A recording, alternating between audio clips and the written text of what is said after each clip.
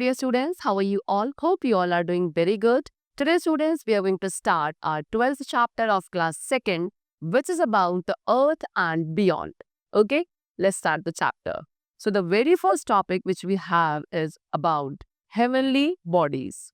So, earth, moon, sun, and stars are known as heavenly bodies. Heavenly bodies that keep revolving around the sun are called planets. And the sun, 8 planets, and their satellites together are called the solar system. The study of heavenly bodies is called astronomy, and the scientists who study astronomy are called astronomers. So, student, what they say कि अर्थ, moon, सन, stars ये सभी क्या है? ये सभी heavenly bodies है. Okay, ये heavenly bodies जो कि सन के अराउंड रिवॉल्व करती हैं उन्हें प्लैनेट्स कहा जाता है. सो इस तरीके से सन एंड टोटल 8 प्लैनेट्स अपनी सैटेलाइट्स के साथ मिलकर क्या बनाते हैं? हमारा सोलर सिस्टम बनाते हैं. So when we are going to study about this heavenly bodies, जब हम इन हेवनली बॉडीज के बारे में स्टडी करते हैं, ऐसी स्टडी को which is about heavenly bodies, that is called astronomy. And वो साइंटिस्ट जो एस्ट्रोनॉमी को पढ़ते हैं उन्हें क्या कहा जाता है? एस्ट्रोनॉमर्स. ओके, चलो. So you can see this is a solar system which they have shown you. This is the sun and these are the 8 planets which are revolving around the sun.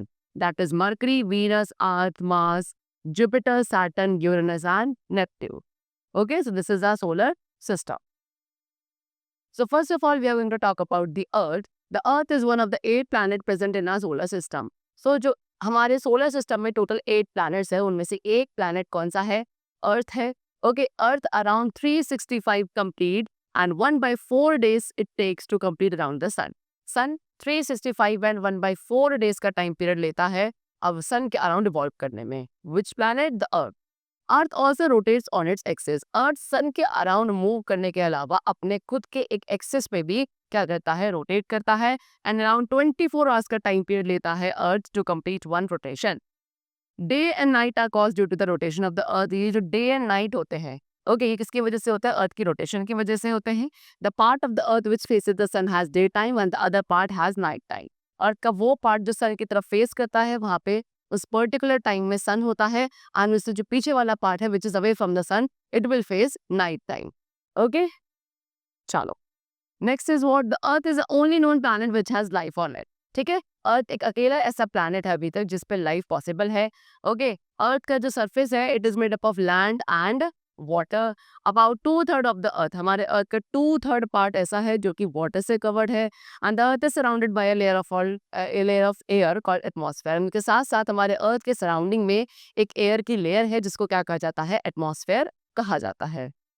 Then next we are going to talk about the sun. The sun is a big ball of fire. It is the main source of heat and light on the earth. सन क्या है? Sun एक बड़ी सी ball है fire की, and ये एक main source है हीट एंड लाइट का ऑन दी अर्थ.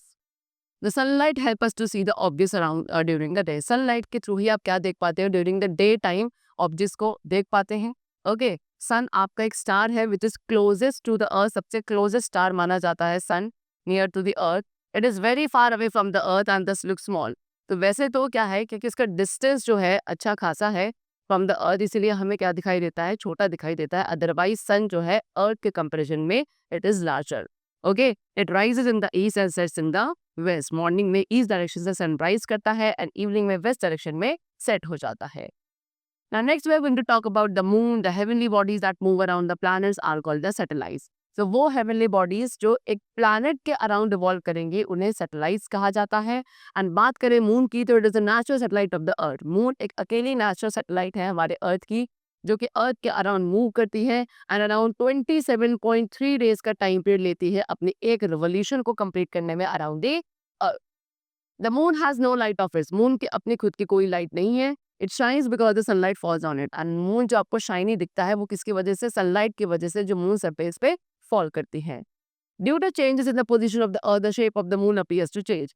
क्योंकि अर्थ की जो पोजीशन है वो चेंज होती रहती है जिसकी वजह से हमें मून की शेप भी क्या होती है? चेंज होती हुई दिखाई देती है. एंड जो डिफरेंट शेप हमें दिखती है मून की, इन्हें कहा जाता है phases of the moon. The moon has no air और वाटर. मून के ना अपने पास कोई एयर है ना ही वाटर है, and therefore there is no life on the moon. इसीलिए मून पर लाइफ पॉसिबल नहीं है. You can see these are the different phases of the moon. Moon के डिफरेंट फेजेस हैं जो आपको every day during the night time sky में appear होते हैं. Next is the stars. Stars are big balls of burning gases. Stars क्या है? Stars आपकी बड़ी बड़ी बॉल्स है बर्निंग गैसेस की. Okay, they have heat and light of their own. Stars की अपनी खुद की heat and light होती है. They are very big in size. Stars काफी बड़े होते हैं size में, but they appear as tiny dots because they are very far away from the earth. लेकिन हमें छोटे छोटे dots में दिखते हैं, है ना? Why? Because they are very very far away from us. Earth से बहुत ज्यादा दूर है, इसी वजह से. Some stars are present in groups. कुछ stars जो होते हैं वो groups में present होते हैं and वो कुछ specific patterns बनाते हैं. ऐसे group of stars को we call constellations.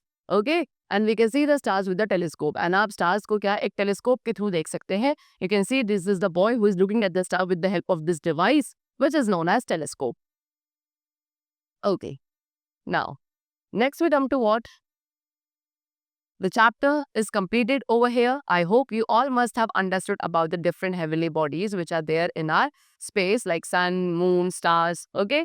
So that's all for today. We'll meet you very soon. Till then, take care and thanks to everyone.